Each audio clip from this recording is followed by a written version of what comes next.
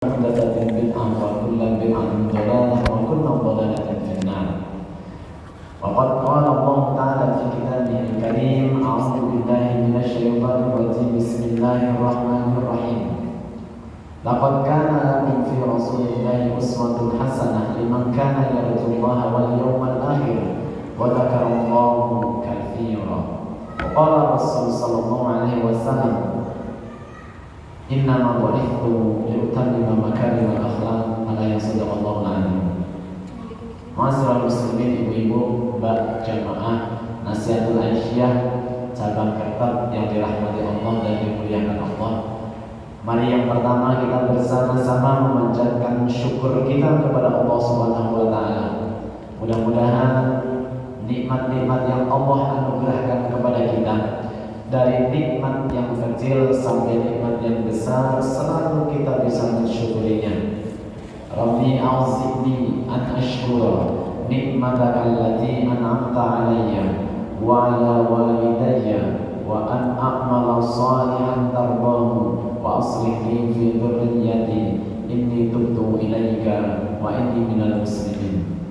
Kita dianjurkan, bahkan diwajibkan oleh Allah untuk pandai bersyukur di setiap waktu, di setiap saat, di semua tempat. Kita menjadi pribadi yang di kondisi apapun mampu bersyukur. Lebih-lebih ketika kita sudah hampir menuju usia 40 tahun atau sudah melewati usia itu, maka kita semakin harus sering bersyukur. Yang tadi kita doakan bersama, kita berdoa bersama dengan Rabbi A'udzibni, itu adalah salah satu yang termaktub di dalam Al-Quran, di mana setiap manusia yang memasuki usia 40 tahun agar senantiasa bersyukur kepada Allah. Kesyukuran-kesyukuran yang kita panjatkan kepada Allah inilah yang menjadi harapan kita. Mudah-mudahan Allah tambah terus nikmatnya. Kita sebagai manusia, tugas kita hanya berikhtiar. Adapun hasil itu semata-mata kita pasrahkan kepada Allah. Dan di antara kita berikhtiar, hasil itu Allah turunkan kepada kita, ya kita bersyukur.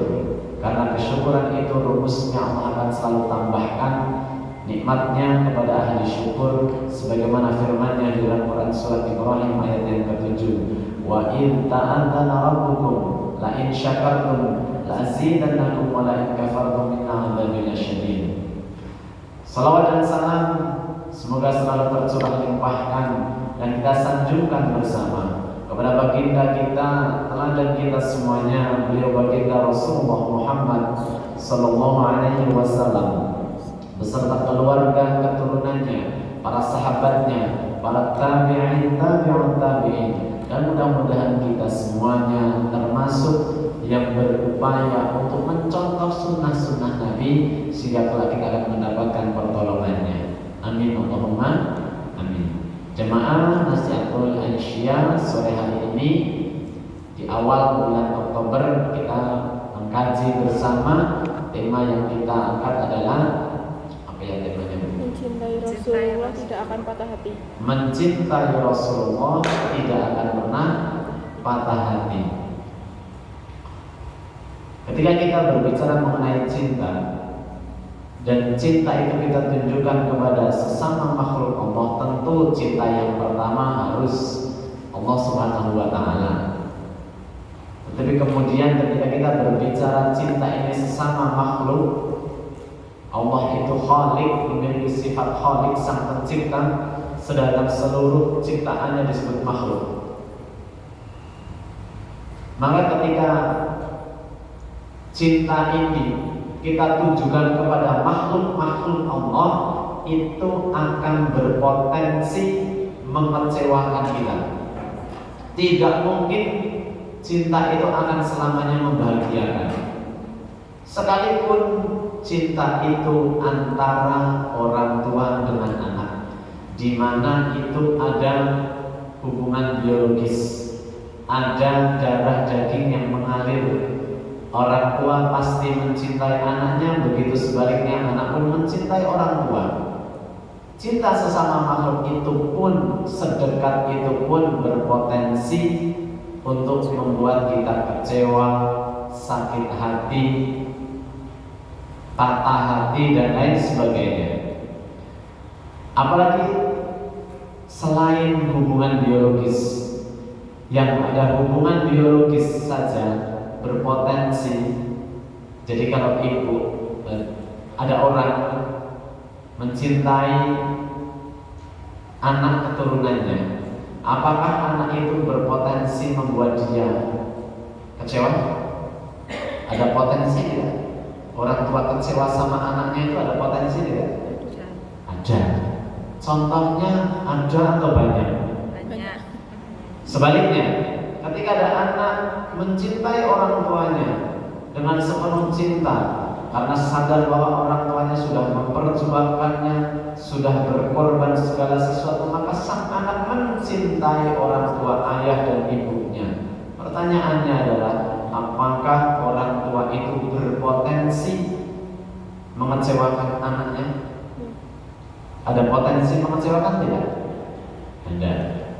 Sekalipun tidak ada maksud secara sengaja untuk membuat kecewa, tapi kekecewaan tetap akan hadir.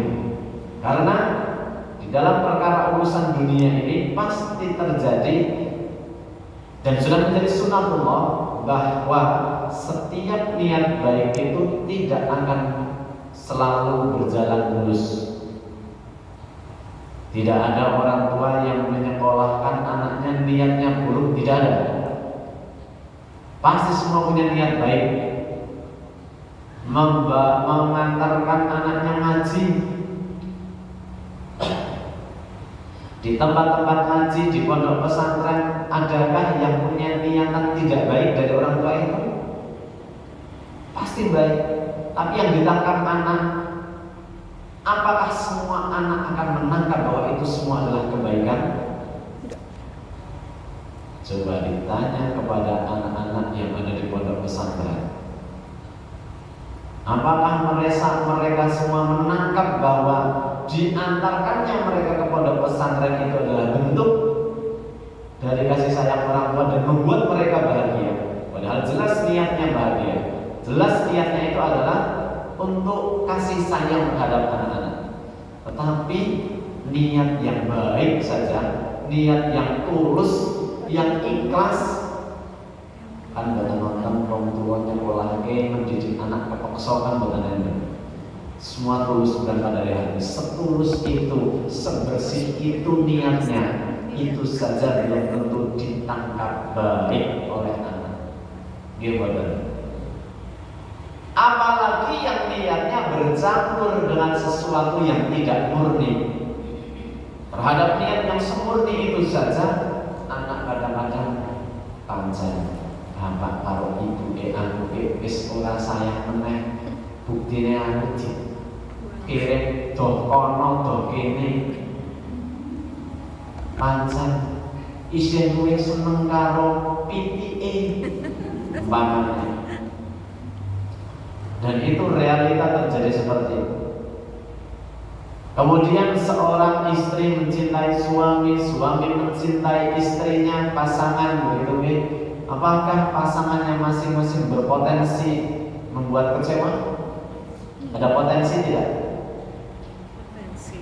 Mungkin sih.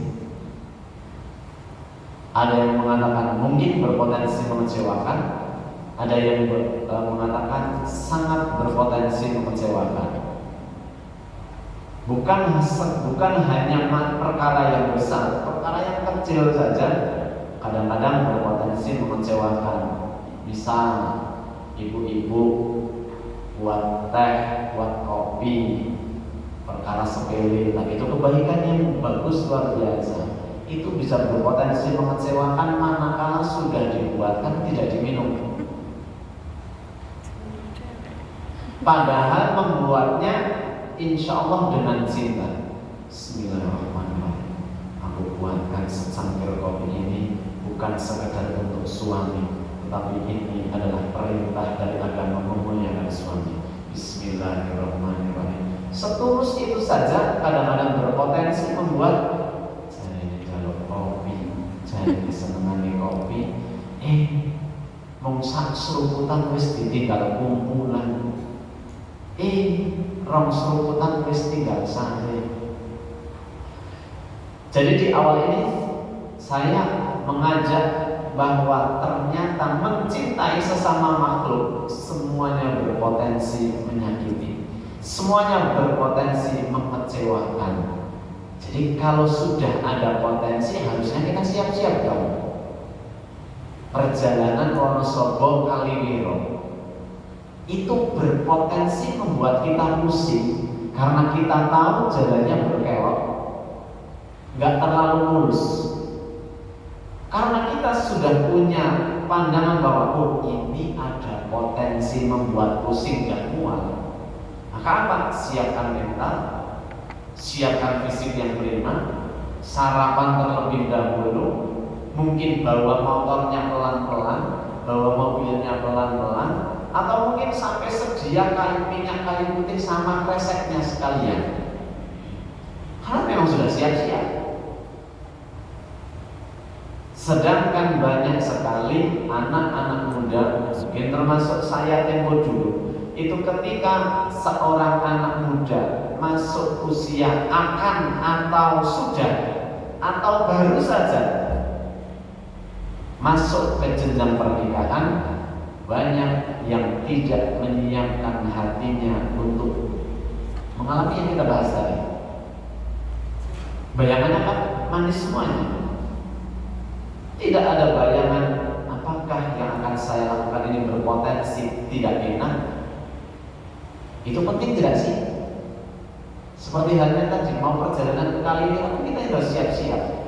Ben orang mabuk, ben gak pusing seperti apa.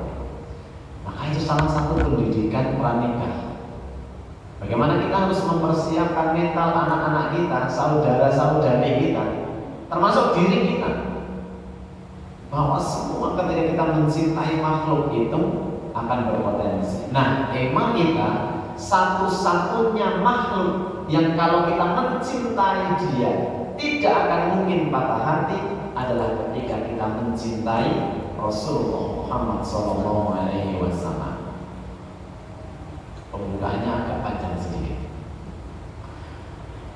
Ketika kita bertanya kepada diri kita dan panjenengan punya jawaban masing-masing boleh berbeda. Pertanyaannya begini: siapakah orang yang paling mencintai panjenengan secara tulus ikhlas tanpa syarat? Orang pertama siapa? Tidak perlu dijawab, tapi rasakan di hati. Orang nomor satu yang paling mencintai dalam hidup panjenengan dirasa-rasake. Kan anda mau menepati tunggal kok itu kan bukan perkara yang mudah. Karena di dalam hidup kita ada pasangan, ada orang tua, ada anak, ada saudara. Menempatkan yang teratas bukan perkara yang mudah. Mungkin ada yang langsung, kalau saya sih pasangan, enggak, kalau saya orang tua, enggak, saya anak. Silakan masing-masing punya jawaban. Karena jawaban itu pasti berlandaskan pengalaman dan apa yang sudah dirasakan. Tetapi lagi-lagi bahwa seluar biasa apapun cinta mereka kepada kita, itu masih kalah jauh dengan cintanya Rasulullah Muhammad SAW kepada diri kita. Pertanyaannya, apakah kita merasakan cintanya Nabi kepada kita? Ini menjadi penting kita bahas karena jangan-jangan kita tidak membalas cintanya Nabi. Berarti ada kalimat cinta bertepuk sebelah menyenangkan atau menyedihkan? Sangat menyedihkan. Bayangkan kalau sudah mencurahkan seluruh cintanya, tetapi ternyata tidak ada respon, bahkan balasan saja tidak ada, menyakitkan sekali. Maka pertanyaannya, apakah Rasulullah itu mencintai kita? Itu pertanyaan pertama. Pertanyaan kedua, apakah kita benar-benar mencintai Rasulullah juga sebagai bentuk balasan cinta kita kepada Rasulullah? Maka yuk kita cari tahu mana bukti-bukti Rasulullah itu mencintai kita. Ya, yang pertama, Rasulullah itu yang menjadikan bukti pertama Rasul itu mencintai kita, yang kita semuanya tahu bahwa di kisah akhir hidup Rasulullah, di masa Rasulullah ini akan menghadapi sakaratul maut. Jadi kalau kita baca lebih jauh, sebelum Rasulullah Muhammad SAW meninggal dunia, Rasulullah ini sakit terlebih dahulu. Ada yang mengatakan sakitnya itu 5 hari, ada yang mengatakan 7 hari. Sakitnya panas, Bu, entek, ya. Dan panas yang dirasakan Nabi itu tidak pernah ada yang merasakan panas yang diderita Nabi ketika itu. Disebutkan oleh Aisyah bahwa panasnya Nabi ketika itu sampai-sampai ketika tangan ditempelkan entah itu ke jidat ke tubuh Rasulullah ini nggak kuat, saking panasnya, sampai kemudian Rasulullah Muhammad SAW ini tidak bisa melaksanakan sholat berjamaah. Ketika itu sholat jamaah sudah akan didirikan. Semua sahabat menunggu kedatangan Rasulullah Muhammad SAW. Maka kemudian di antara mereka itu tidak ada yang mau jadi imam. Maka kemudian melihat situasi seperti itu, karena rumah Rasulullah dengan masjid itu bersebelahan. Jadi ibaratnya ini ada jendela, dari kamar Rasulullah itu terlihat musolanya, terlihat masjidnya, dan orang yang sholat di dalamnya itu terlihat dari jendela kamar Rasulullah. Melihat situasi seperti itu, maka Rasulullah memerintahkan kepada Aisyah agar Abu Bakar As-Siddiq ini untuk menjadi imam. Maka Abu Bakar diperintahkan untuk menjadi imam. Tentu alasan Rasulullah menunjuk itu sangat berlandaskan, karena Abu Bakar ini adalah sahabat tertua dari Rasulullah. Yang pertama, yang kedua, keilmuan Abu Bakar As-Siddiq ini luar biasa. Terutama imannya Abu Bakar ini, Rasul itu paling mantap ketika seakan-akan mau meninggalkan dunia, paling mantap ketika melihat ada sosok Abu Bakar As-Siddiq. Terutama ketika yang dilihat adalah iman yang ada di hatinya, mantap banget. Satu bukti yang menjadikan imannya Abu Bakar ini tidak ada keraguan apapun kalau Rasul sudah menyampaikan. Jadi Rasul itu pernah menyampaikan gini, dulu ketika ada peristiwa Isra Mi'raj. Apa itu peristiwa Isra Mi'raj, Ibu? Perjalanan Nabi dari Masjidil Haram menuju ke Masjidil Aqsa, terus kemudian dari Masjidil Aqsa naik menuju ke Sidratul Muntaha. Untuk apa peristiwa itu? Untuk menerima perintah sholat. Itu namanya peristiwa Isra. Kejadiannya berapa bulan? Satu malam, bahkan tidak ada satu malam. Masjidil Haram ke Masjidil Aqsa lebih dari 400 km. Tidak ada mobil, tidak ada pesawat, belum lagi naik. Maka ketika Rasul menyampaikan apa yang peristiwa Isra Mi'raj di pagi harinya kepada Abu Jahal, maka Abu Jahal ini pertama mengangguk-angguk. Jadi Rasul itu cerita semua detail, dari mulai datang malaikat menyampaikan apa maksudnya, saya jemput, kemudian dibawakan kendaraan bulog, sebelumnya dada dibelah dulu, Dari dada dibelah, dibuka, diambil jantung Nabi, dibersihkan, dipasang lagi, ditutup lagi. Semua diceritakan detail bulog-bulog itu seperti apa, larinya kencang sampai tiba di Masjidil Aqsa. Setelah itu naik dari setiap langit diceritakan. Kemudian bertemu Allah diceritakan sama Abu Jahal. Di mana diceritakannya? Di sekitar Ka'bah. Rasul ceritakan karena Rasul itu ketika punya pengalaman itu ingin disampaikan. Kebetulan yang pertama kali lewat itu Abu Jahal. Maka Abu Jahal itu mendengarkan semua ceritanya. Sampai-sampai kemudian Abu Jahal ini tapi beda dia. Ceritanya didengarkan dari A sampai Z tuntas, tapi kesimpulannya ini cerita kayaknya mustahil banget. Oke, terus Abu Jahal bilang gini, Rasulullah mau nggak? Ini cerita orang perlu pada tahu nggak? Ya karena ini perintah Allah harus saya kasih tahu. Aku fasilitasi mau nggak? Ya jelas mau nggak. Pengen orang tahu banyak, terus difasilitasi, pasti kan gayung bersambut. Kebenaran alias kebetulan. Nah kemudian diumumkan oleh Abu Jahal, semua warga ngumpul akan ada satu berita yang luar biasa. Kalau Nabi Muhammad niatnya ingin menyampaikan risalah, tapi Abu Jahal niatnya ingin mempermalukan. Kenapa mempermalukan? Kan cerita yang mustahil banget.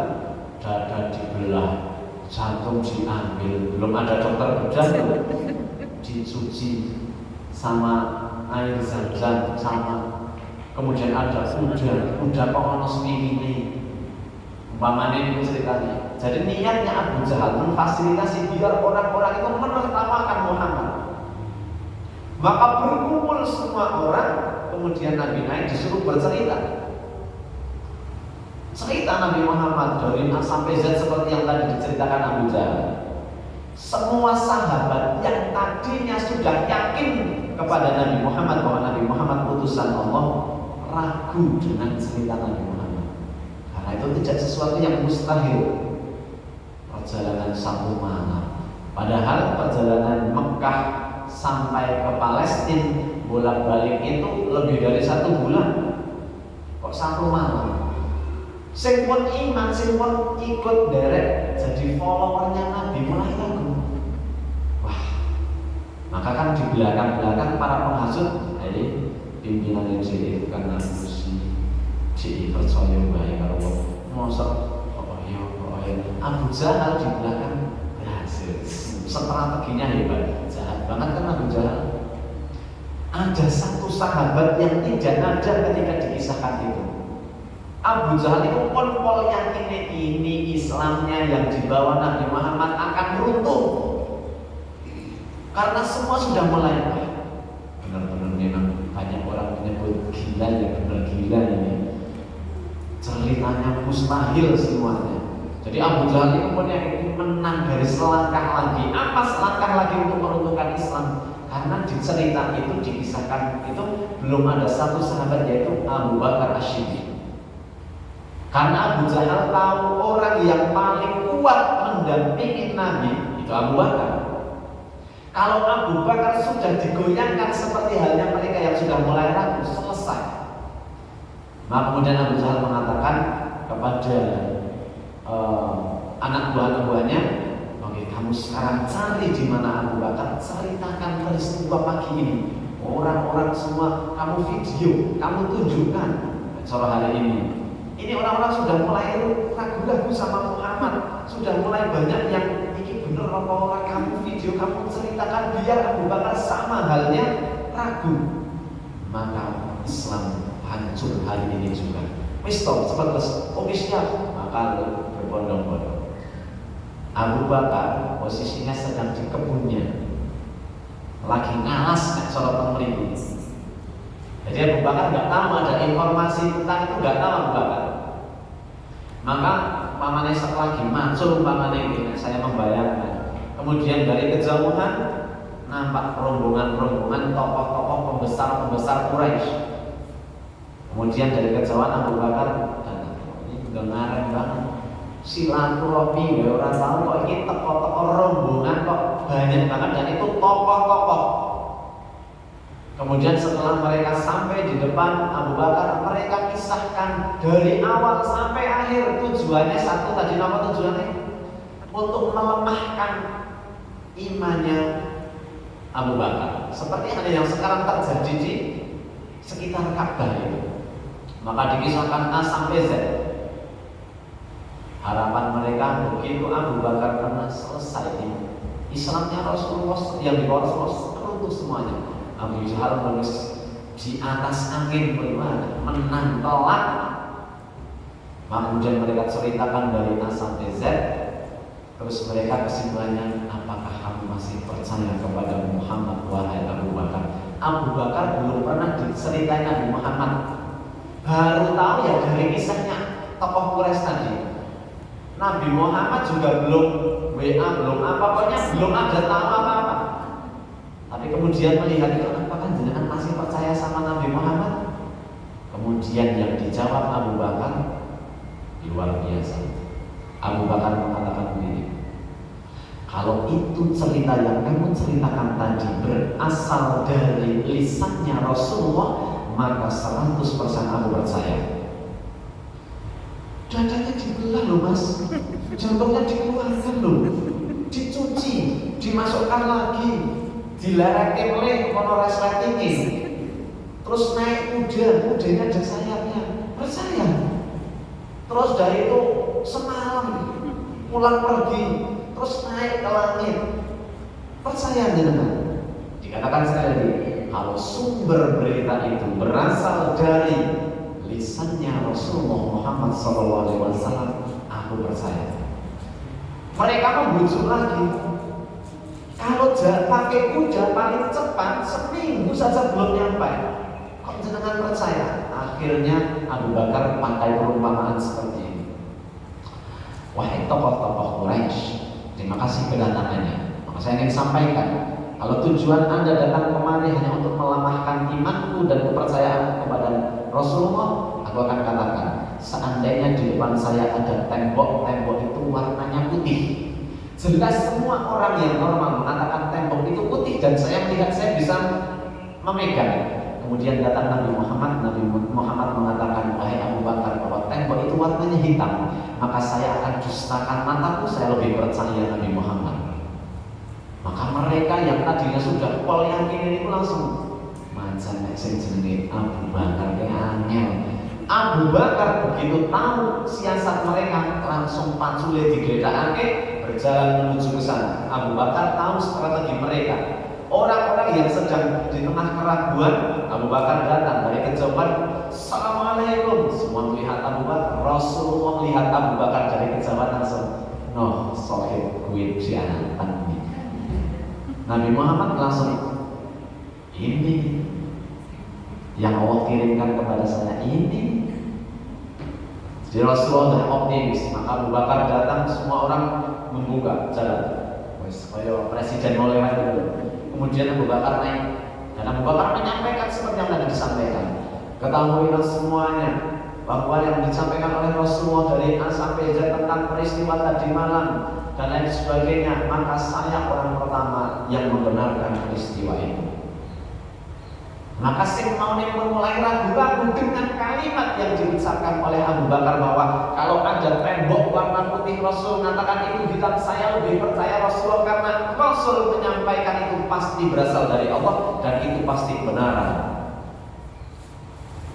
Maka sing mau ragu mulai yakin lagi, maka Nabi Muhammad menyampaikan keimanan Abu Bakar itu kalau ditimbang antara Abu Bakar di timbangan sebelah, imannya Abu Bakar ditimbang di sebelah kanan, kemudian seluruh manusia di sebelah sini, itu masih besar dan masih berat imannya Abu Bakar.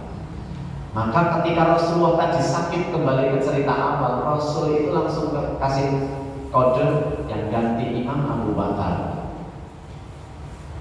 Jadi bukan asal tunjuk, bukan karena kesukaan. Saya memang senangnya sama Abu Bakar karena Abu Bakar memang high quality, high terbaik, best of the best. Maka setelah peristiwa itu, tokoh-tokoh Quraisy termasuk Abu Jahal paling gede nek urusan kali Abu Bakar. Wah, anyel luan potepol.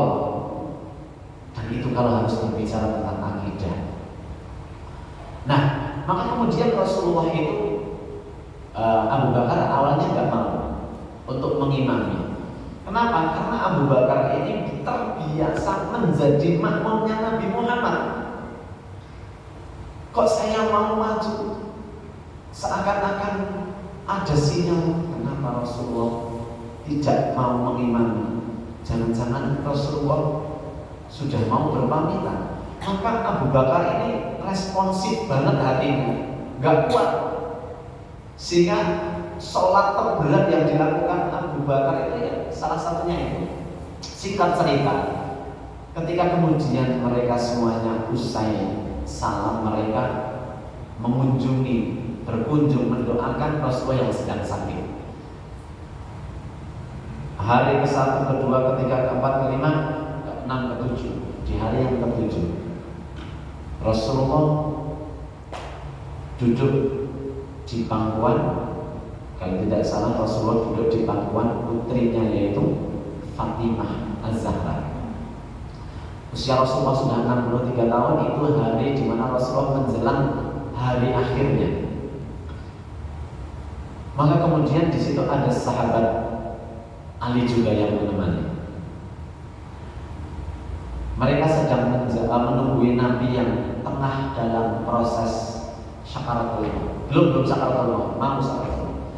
Kemudian terdengar ketokan pintu dari luar. Assalamualaikum. Kemudian Aisyah membukakan pintu. Waalaikumsalam. Ada orang tua. Apakah Rasulullah ada?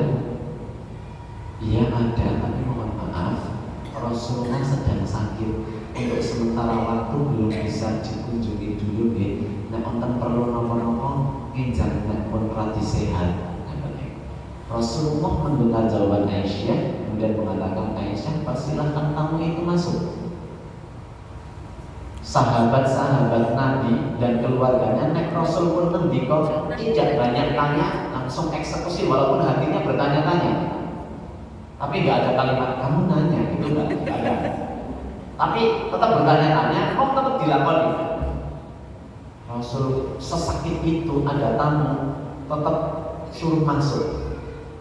Saya rada masuk angin, rada greges anjing masuk, kadang istri tak suruh bohong kok. Bu, tak masuk dhisik ta. Kok nek ono tamu ngomong bae ngono lagi nanti ngono malah dibarai ngapusi gitu. Ning kula sak menate masuk. Kan pun pol butuhe ngasuk. Bengi mboten saged merem, awane mumpung rada ngantuk tak ngasuh ya, Bu. Nek perlu anake hapusi. Ya niku. Ben iso ngasuh. Rasulullah mendekati sakaratul maut saja suruh masuk. Kenapa disuruh masuk? Karena Rasulullah tahu bahwa yang datang itu bukan tamu sembarangan. Karena yang datang adalah malaikat Israfil dan malaikat Jibril yang menyamar menjadi orang tua. Kemudian duduk di samping Rasulullah yang dipangku oleh putrinya Fatimah dan lain sebagainya. Singkat cerita, kemudian dia sampaikan bahwa maksud kedatangannya adalah diutus oleh Allah Subhanahu wa taala, bahwa saya diminta untuk menjemput panjenengan. Begitu. Terus saking mulianya Nabi Muhammad, malaikat maut ajeng nyambut niku pamitan. Saking mulianya Nabi Muhammad dipamiti. Rasul menjawab, bukan. Padahal kalau Rasul meminta kepada Allah, ampun sami kiriyen anak ibu, itu dikabulkan karena Rasul itu ketika minta tidak pernah ditolak. Tapi Rasul mengatakan kalau itu memang menjadi takdir yang sudah tertulis, laksanakan perintahmu wahai malaikat. Nyuwun izin ki Rasulullah tak mulai sami iki monggo. Maka ketika dimulai proses mencabut nyawa itu, Rasulullah merintih kesakitan. Aisyah dan juga Ali dan juga putrinya Fatimah gak kuasa melihat.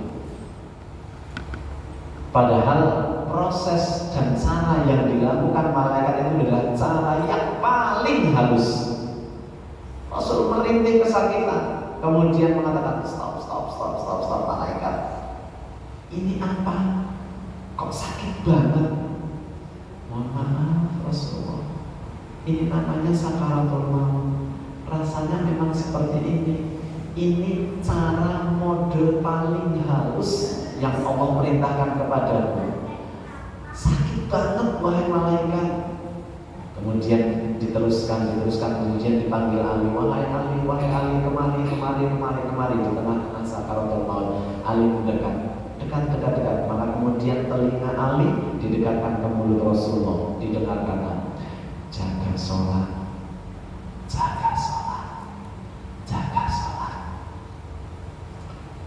Kode dan amanah dan pesan dan wasiat dari Nabi di sakaratul maut, di setengah sakit itu Rasul menyebut jaga sholat. Artinya perintah sholat itu penting banget. Dari mulai prosesnya sampai Rasul mau meninggal dunia, jaga sholat.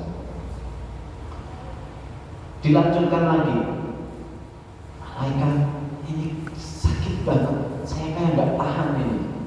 Kemudian Rasul mengatakan, apakah semua orang merasakan sakit seperti ini? Jawab malaikat, ini yang paling halus, yang lebih sakit banyak. Maka Rasul kemudian menyampaikan, dan itu didengar oleh Fatimah, kata yang terlontar ketika sakit luar biasa dari proses sakaratul maut. Rasul menyebut, ummati.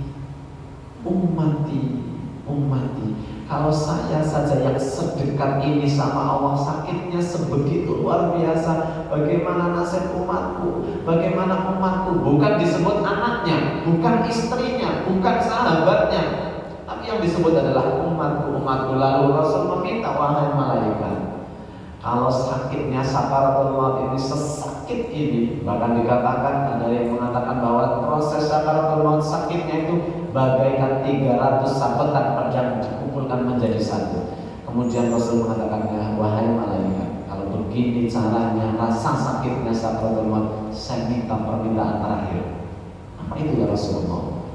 Seluruh rasa sakit sakaratul maut yang nanti akan diderita umatku, tolong kumpulkan semuanya kepada saya, biar saya yang sakit banget umatku gak akan kuat. Itu satu-satunya permintaan Nabi yang tidak langsung dikabulkan. Akan dikabulkan sesuai dengan amal dari umatnya panjenengan. Tapi bagi yang tidak, minimal seperti ini rasanya. Jadi bukti pertama bahwa Rasul mencintai kita hari ini adalah di proses sakaratul maut saja. Nabi yang disebut bukan umatnya, bukan keluarganya, bukan sahabatnya, tetapi kita umatnya. Bukti pertama. Bukti kedua, ketika Rasulullah Muhammad SAW duduk bersama para sahabat, Rasul mengatakan, wahai para sahabat, aku tuh rindu banget, aku kangen berat sama saudaraku. Maka kemudian Abu Bakar mengatakan, bukankah kami ini saudara panjenengan? Maka Rasul mengatakan, tidak, kalian bukan saudaraku, tapi kalian adalah sahabatku. Lantas ditanya, lalu siapa saudara panjenengan? Kok disebut saudara? Senang teman kalau disebut sedulur. Jenengan pasti senang di aku sedulur sama tokoh, pasti senang. Jenengan mengatakan biasa-biasa saja nggak mungkin. Pamannya Pak Jokowi kok ngaku angker-angkernya aslinya keluarganya bro, mesti senang. Ketika pimpinan pusat masih atur Aisyah flyernya, kemudian di sana dituliskan kader asli Kertek, senang banget. Apa malah sedih? Tak kandakin, kalau dua nomornya masih senang. Dia tuh sedulur. Tokoh hari ini saja kita sudah senang. Belum usah dur-dur pamane Pak Bupati lah, pamane Pak Bupati ngomong kae sing biasane Senin ngaji yo. Kertek kok nang TKA bahasaku. Oh iya kae sedulur. Sedulur mesti senang. Bayangkan kalau yang menganggap itu adalah kelasnya Rasulullah, yang doanya tidak pernah tertolak. Semua pasti berharap. Dan Rasul menyampaikan di hadapan para sahabatnya, "Aku rindu saudaraku." Maka mereka, "Moga-moga aku sedih, moga-moga aku." Tapi Rasul mengatakan, "Saudaraku bukan kalian sahabatku." Kata siapa saudara panjenengan ya Rasulullah? Saudaraku adalah mereka yang hidup setelah aku meninggal, belum pernah melihat aku, belum pernah mendengar dakwahku, belum pernah berjuang kepadaku, tapi hatinya mengimani kenabianku. Mereka mengikuti apa yang aku perintahkan dan apa yang aku contohkan, maka itu saudaraku, dan itu yang akan aku cari nanti di yaumul kiamah. Bukti kedua, belum kelihatan orangnya, pun dakwahku. Kalau kita mencintai yang ada di samping kanan kiri kita, kita mencintai keluarga kita, ini mau member dok. Keluarga jelas, pasangan jelas, anak apalagi, sahabat jelas kalau saling mencintai. Mustahil dengan mencintai wong Afrika teman-teman sing belum tahu ketemu kan boten mungkin kenal bae boten sih. Tapi Nabi Muhammad kita berjarak 1400 tahun, tempatnya pun jauh, keretep Kaleteng, Mekah dan Madinah adoipol, tapi cintanya Nabi sudah diungkapkan seperti itu. Bukti kedua. Bukti ketiga, cinta Nabi kepada kita. Ketika ini kayaknya pernah saya sampaikan, beberapa kesempatan juga sering saya sampaikan, terutama saya mengingatkan diri saya pribadi. Jadi Rasulullah ketika sedang berdua dengan Aisyah di rumahnya, Aisyah melihat Rasulullah ini bahagia sekali. Maka melihat Rasulullah itu bahagia, Aisyah meminta, "Ya Rasulullah, kayaknya lagi bahagia banget." Iya, kalau Aisyah lihat lagi bahagia gak minta ditraktir. Nah kita kan lihat teman, "Ih seneng banget sih dengan lagi seneng kok bagi-bagi bakso dia di rumah gitu." Tapi Aisyah ketika melihat Rasulullah ini bahagia, yang diminta bukan traktiran bakso atau mie ayam, tapi yang diminta, "Kok jenengan lagi bahagia banget, aku boleh nggak minta sesuatu? Silakan ngomong, doakan aku." Pernah nggak minta didoakan sama sahabat? Pernah nggak kita minta didoakan sama orang tua? Kalau pernah, lanjutkan. Orang tua bisa masih ada, "Bu, cuma kayak bu, harap nanti orang nanti harap ngomong anak, dan tidak didoakan, kayak pulau sadar terus." Jadi minta didoakan. Orang-orang yang masih hidup yang berpotensi doanya itu terkabul. Dan jenengan meleng sama putra putri ini, punya putra putri, anak cucu, dikasih pesan, kalau kamu mentok ikhtiar apapun, minta doa sama ibu. Minta doa. Karena doa yang salah satu doa yang tidak akan tertolak, doa ibu kepada anaknya, doa istri kepada suaminya. Nah, Aisyah minta didoakan sama Rasulullah. Maka Rasulullah mendoakan, "Ya Rabb, wahai Engkau yang menguasai langit dan bumi, Engkau yang memegang seluruh alam semesta dan segala urusannya, maka berikanlah perlindungan kepada Aisyah di dunia dan di akhirat. Kemudian ampuni semua dosa Aisyah, baik yang sudah dia lakukan atau yang belum dilakukan." Mendengar Nabi Muhammad berdoa seperti itu, Aisyah senang banget. Didongake uripe penak, didongake selamat, didongake atau dimintakan ampunan kepada Allah, dan yang minta Rasulullah loh. Orang yang nomor 1 di dunia. Aisyah senang banget. Maka Aisyah langsung tersenyum, dan senangnya Aisyah melebihi senangnya Nabi ketika itu. Sampai saking senangnya Aisyah guyu tertawa. Tanpa sadar Aisyah kepalanya kemudian jatuh di pangkuan Nabi. Saking senangnya. Terus Nabi mengatakan, "Kau seneng kok deh." "Aisyah, kamu seneng banget." Sambil tangan Nabi Muhammad SAW membelai kepala Aisyah. "Aisyah, seneng banget ya." Aisyah melirik ke atas memandang Rasulullah. Siapa sih yang gak seneng didoakan orang paling dicintai Allah? Tidak langsung nggak senang dimintakan ampunan dosa-dosanya kepada Allah oleh orang yang paling dicintai Allah? Siapa yang nggak senang? Ya senang banget lah. Maka kemudian Nabi Muhammad sambil memulai, wahai Aisyah, demi Allah, itu doa yang selalu aku panjatkan setelah saya sholat kepada umatku.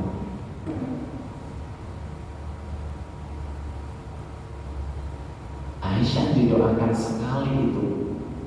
Aisyah luar biasa senangnya. Dan Nabi mengatakan, demi Allah, itu doa yang selalu aku panjatkan sehabis sholat untuk umatku. Siapa kita? Itu bukti yang berikutnya. Maka ibu-ibu jamaah semuanya, kalau Rasulullah, dan masih banyak bukti yang lain, kalau Rasul begitu mencintai kita sebagai umatnya, sampai seluruh harta benda, tenaga, pikiran, usia Nabi Muhammad sampai menjelang wafat, bahkan proses sakaratul maut, dipersembahkan untuk kita sebagai umatnya agar selamat di hadapan Allah, selamat dunia, selamat akhirat. Cinta yang tulus melebihi cintanya ibu kepada anaknya. Pertanyaannya yang awal tadi saya kembalikan di sini, apakah kita sudah membalas cintanya Nabi? Kalau kita sudah bisa membalas cintanya Nabi, mana buktinya? Karena cinta harus dibuktikan. Panjenengan mohon maaf sebagai kaum wanita, ketika dulu pernah ada seseorang yang menyatakan cinta, pasti nggak langsung percaya sebelum ada bukti-bukti yang meyakinkan bahwa orang tersebut mencintai kita. Kalau ada, pasti jenengan akan sepakat kalau ada wanita kebetulan dia cantik, hanya karena dikatakan aku sayang sama kamu, dia langsung iya saya terima. Pasti jenengan akan sepakat tanpa ada bukti wanita bodoh, tanpa ada bukti langsung percaya. Gimana? Karena cinta harus dibuktikan. Orang tua membuktikan cintanya dengan apa? Dengan memberikan semua yang dia bisa untuk anaknya. Bukti kalau itu cinta. Nyongke mending nyong sing loro timbang dhewe, seakan-akan ketika melihat anaknya sakit, ya Allah mbok kula mawon sing loro, ampun anake kula gen cilik kula mawon. Bukti. Maka kalau ada orang mengatakan saya cinta kepada Nabi Muhammad, mana buktinya? Pak Ustaz, saya selalu bersolawat kepada Nabi. Apakah itu bukti cinta? Betul. Karena bersolawat kepada Nabi bahkan diperintahkan oleh Allah. Innallaha wa malaikatahu yusholluna 'alan nabi ya ayyuhalladzina amanu shollu 'alaihi wa sallimu taslima. Sesungguhnya Allah dan para malaikat keduanya bersolawat kepada Nabi. Maka wahai orang-orang yang beriman, bersolawatlah kalian kepada Nabi. Maka sholawat sama Nabi, baik di dalam sholat maupun di luar sholat, bersolawatlah kepada Nabi karena itu diperintahkan. Pertanyaan berikutnya, apakah cukup dengan itu membalas cinta Nabi? Belum. Bahkan belum banget. Itu benar membuktikan. Tapi dari itu kemudian harus melebar. Kemana? Mengikuti apa yang Rasul contohkan.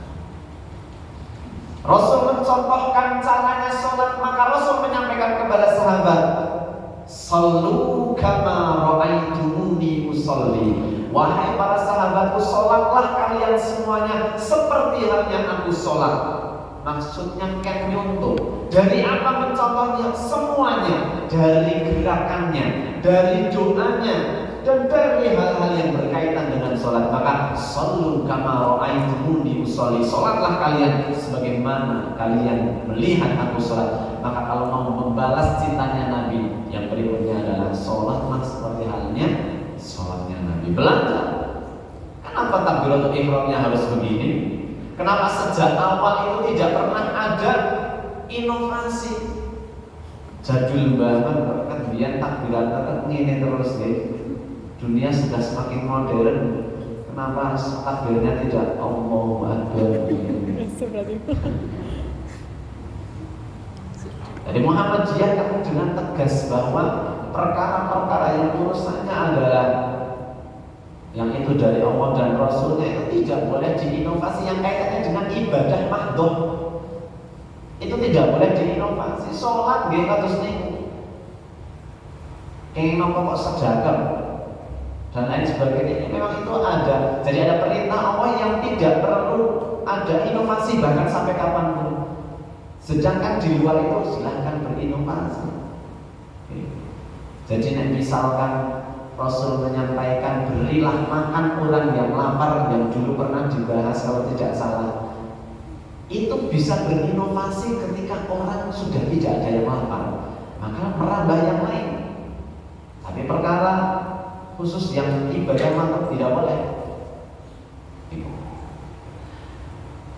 Itu hal yang harus kita lakukan untuk membalas cintanya kepada Nabi. Kemudian tidak hanya sholat, dalam perkara hablum minan nas. Kalau tadi hablum minallah kita mencontoh hablum minan nas, kita juga harus mencontoh Nabi. Bagaimana Nabi terhadap keluarganya, bagaimana Nabi hidup bertetangga, bermasyarakat seperti apa, kita harus mencontoh.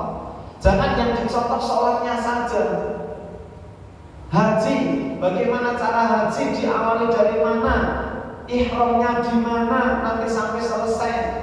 Oh iya, berarti kalau mau sa'i itu ya harus Bukit Sofa Marwah 7 kali. Jadi kita nggak boleh ngarang kemudian karena ini udah modern umpamane Sindoro Sumbing para pembuatan mumpung rada cepat niku nggih. Tidak boleh. Itu tetap dicontoh, tetapi ketika kita bermasyarakat, ketika kita bertetangga, kita juga harus mencontoh, tidak hanya ibadah saja. Maka Rasul mengatakan dalam kita berumah tangga, salah satu yang harus kita contoh adalah Rasul mengatakan khairukum li ahli wa ana khairukum li ahli. Sebaik-baik kalian adalah yang paling baik kepada keluarganya, dan aku, kata Rasulullah, adalah yang paling baik terhadap keluarga. Maka contoh Nabi kalau membalas cintanya Nabi praktek dengan cara apa? Kepada keluarga, kudu sing pol apike semampu kita. Walaupun tidak lebay dalam tanda kutip. Kemudian yes nomor dengan cara itu. Maksudnya apa? Rasul itu mempraktikkan kelemah lembutannya itu pertama ya kepada keluarganya. Setelah keluarga diberikan servis yang paling baik, baru kemudian keluar rumah kita kembangkan. Jangan kebalik. Di luar kita ramah, di luar kita begitu baik, tutur katanya lembut, apian, boten etang itu, sering traktir teman, tapi begitu sama keluarga tidak sebaik itu. Kan kadang-kadang ada, malah di rumah malah jadi luwih galak. Walaupun mungkin ada yang bersembunyi dalam kalimat ini mendidik. Pertanyaannya, apakah itu semuanya diniatkan mendidik? Pas jenengan nesu niku napa pun murni niku mendidik kabeh? Apa jangan-jangan hanya ekspresi karena kita enggak marem hati ini? Jadi nek jenengan menajan tindakan waktunya sudah mepet, ada anggota keluarga yang berpotensi membuat acara terlambat, entah anak entah suami, kemudian jenengan mengeluarkan jurus banyak kata itu, apakah murni itu mendidik? Ketika ada hal-hal kecil, maka Rasul mengatakan sebaik-baik kalian adalah yang paling baik, dan Rasul praktekkan. Dan yang memberitahu bukan Nabi, yang membuktikan dan yang mengakui kebaikan Nabi, Aisyah, Khadijah, Fatimah. Salah satu sahabat ketika bertanya kepada Aisyah, ya Aisyah, bagaimana akhlak Nabi? Karena Aisyah mengatakan akhlaknya Nabi seperti Al-Quran, saking luar biasa. Maka di Quran surat Al-Qalam ayat yang keempat Allah tegaskan akhlaknya Nabi itu, Allah sebutkan wa innaka la'ala khuluqin adzim, dan sungguh kau Muhammad ini berakhlak yang agung. Allah membenarkan, istrinya membenarkan. Maksudnya apa? Jangan sampai orang banyak di luar sana menganggap kita baik, kita top, apian, tapi justru yang di rumah mengatakan boten. Bahaya sekali. Bayangkan ketika ada jenazah, banyak takziah datang, orang yang takziah datang kemudian akan disolati, okay? Maka biasanya di kampung-kampung itu kan mau disolati Pak Kiainya berdiri dulu. Kita bersihkan lahir dan batin dulu ini almarhum. Wahai para takziah takzin, para masyarakat warga Kertek, almarhum lan almarhumah niki sekedar malih ajeng dipun solati. Mbok pilih almarhum utawi almarhumah niki nalika gesang kathah kelumputan kekhilafan jenengan kersa mboten maringi pangapunten. Itu kan sedang membersihkan, biar memudahkan proses menghadap kepada Allah. Kalau ada hutang piutang silahkan selesaikan. Kalau ada yang belum selesai urusannya lanjut kepada ahli waris. Siapa yang siap? Maka harus disebutkan. Anaknya 7 siapa yang paling bertanggung jawab? Sebutkan. Biar jenazah sudah tidak ada urusan kepada anak Adam. Kemudian berikutnya, saya ingin panjenengan semuanya yang hadir di sini, wahai para takziah, panjenengan menjadi saksi. Apakah almarhum atau almarhumah ketika hidup bersama ini berkelakuan baik? Baik. Catatan besok, nomor almarhum niki saya. Itu saksi. Persaksian itu akan menguntungkan jenazah. Maka harusnya kalimat saya nggak hanya sekedar formalitas, tapi benar-benar dari hati. Yakin saya semasa saya kenal sama almarhum, semasa saya bersahabat karib sama almarhumah, saya menjadi saksi dia itu orang baik. Memang beliau ada salahnya, sudah saya maafkan, tapi lebih banyak baiknya. Kesaksian itu yang paling dibutuhkan.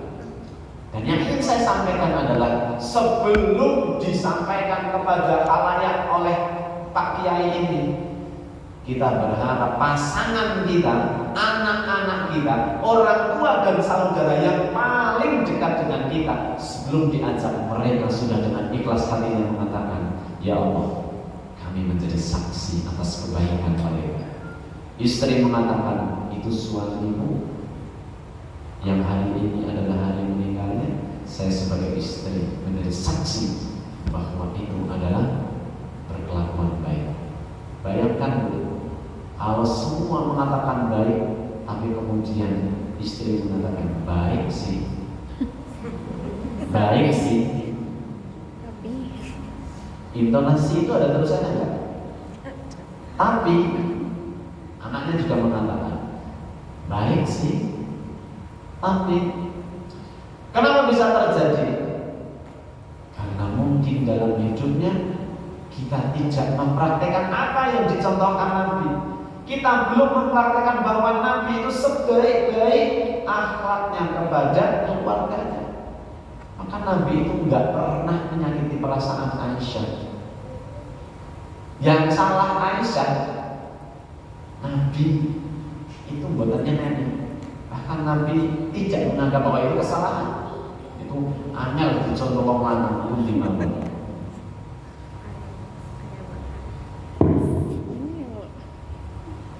Terakhir saya kasih, karena udah jam 5 terakhir. Kenapa kita harus mencintai Nabi Muhammad? Jamaah semuanya. Salah satu kisah saya persingkat saja, ada sahabat namanya Ukasyah. Sahabat Ukasyah ini pernah membuat heboh jagat raya para sahabat ketika itu. Kalau hari ini viral mungkin. Jadi ketika Nabi Muhammad pidato terakhir pamitan bahwa semua yang Allah turunkan sudah saya sampaikan semuanya, sudah selesai tugas saya. Seakan-akan itu kode keras bahwa Nabi akan berpamitan. Kemudian Nabi mengatakan, kalau ada yang merasa saya punya janji belum ditepati, ngacung. Kalau ada yang pernah tak janjeni kok saya belum melakoni, ngacung. Atau yang pernah saya utang saya belum, ngacung. Tidak ada, mana mungkin Nabi Muhammad berjanji tidak ditepati. Mana mungkin Nabi kok utang, kan gak ada yang ngacung. Tapi Ukasyah dari belakang sana ngacung. Pulau katakan, wahai Ukasyah. Ukasyah menceritakan, wahai Nabi, aku selalu mengikutimu, baik di dalam peperangan ataupun di manapun, saya selalu membela engkau. Bagus. Dan setiap peperangan saya berupaya untuk menjadi orang yang paling dekat denganmu, dengan harapan kalau saya mati ada di sebelah panjenengan. Tapi sampai hari ini Allah berikan saya hidup menemani panjenengan. Bagus. Terus, tapi pernah di satu peperangan, ketika saya berada di sebelah kuda panjenengan, saya jalan panjenengan pakai kuda, cambuk panjenengan yang akan digunakan untuk memecut kuda ternyata mengenai perutku. Kalau ini disebut sebagai hutang, maka itu yang ingin saya katakan hari ini. Baiklah, Ukasha, maju, kita selesaikan. Kemudian Rasul memerintahkan kepada sahabat, ambil cambuk yang ada di rumah, diambil menemui Fatimah, kemudian diambil singkat-singkat dibawa. Ukasha, sini maju, selesaikan tunaikan. Kita kosong-kosong hari ini. Ukasha maju, dihadang sama Abu Bakar. Kalau kamu mau sakit dekat Nabi, kalau kamu mau sakit ke Rasulullah, saya saja, jangan Rasulullah. Maka Abu Bakar dijawab sama Rasulullah, Abu Bakar duduk, ini urusan saya dengan dia. Abu Bakar duduk, maju lagi Ukasha, berdiri, sahabat yang tidak takut dengan apapun, bahkan senjata juga takut, yaitu adalah Umar bin Khattab. Umar berdiri dengan badan yang kekar tinggi besar. Kamu maju selangkah lagi, saya patahkan leher kamu. Kemudian Nabi mengatakan, wahai Umar, terima kasih atas pembelaan kamu, tapi duduk itu urusan Ukasha dengan aku. Umar duduk sampai terakhir maju, sudah tinggal di saf, kurang satu saf lagi. Yang berdiri adalah kedua cucunya Hasan dan Husain yang masih kecil-kecil. Hasan Husain dengan polosnya mengatakan, wahai Ukasha, jangan sakiti kakek kami. Kalau mau nyakiti kakek kami, cubit saja kami. Maka dua cucunya ini sambil dipegang kepalanya, bocah pintar-pintar, duduk, ini urusan Simba, duduk. Ukasha sudah berhadapan, kemudian diberikan cambuknya. Wahai Ukasha, kamu tidak usah berlebihan, segeralah tunaikan, jangan menimbulkan fitnah. Maka Ukasha mengatakan, ya Rasulullah, ketika dulu cambukmu mengenai perutku, aku ketika itu tidak pakai baju ya Rasulullah. Semua mata tertuju pada Ukasha, girang. Orang memutuskan masjid, rampungi, mergono Nabi baik. Kemudian Nabi tanpa berpikir panjang, Nabi buka gamisnya, dibuka. Kemudian setelah dibuka, kemudian Nabi mengatakan, Ukasha, segera laksanakan, jangan kau lebih-lebihkan. Rasul melihat para sahabat kan sudah responnya sudah gerak, segera tunaikan. Maka Ukasha mengangkat cambuknya, kemudian seketika itu cambuknya tiba-tiba jatuh.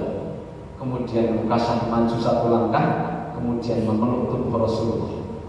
Wahai ya Rasulullah, demi Allah, sejak aku mengimani kenabianmu, aku ingin sekali mendekat memeluk orang paling terkasih dari Allah Subhanahu wa Ta'ala.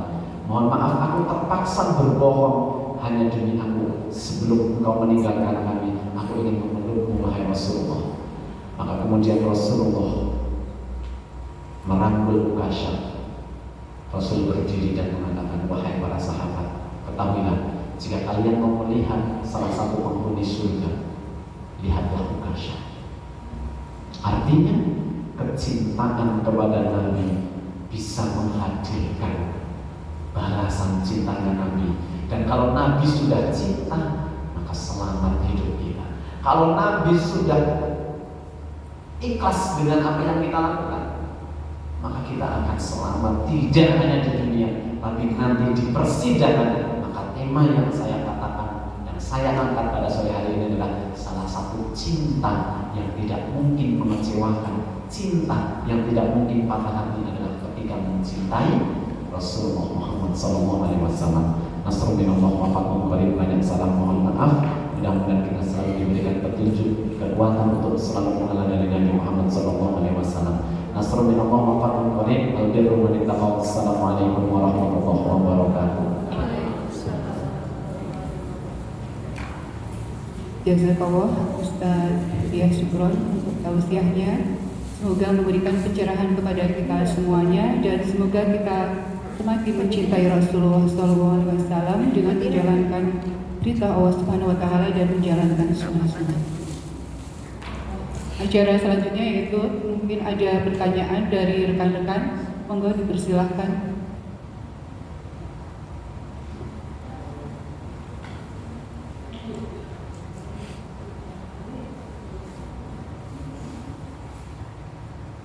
Tidak ada pertanyaan. Demikian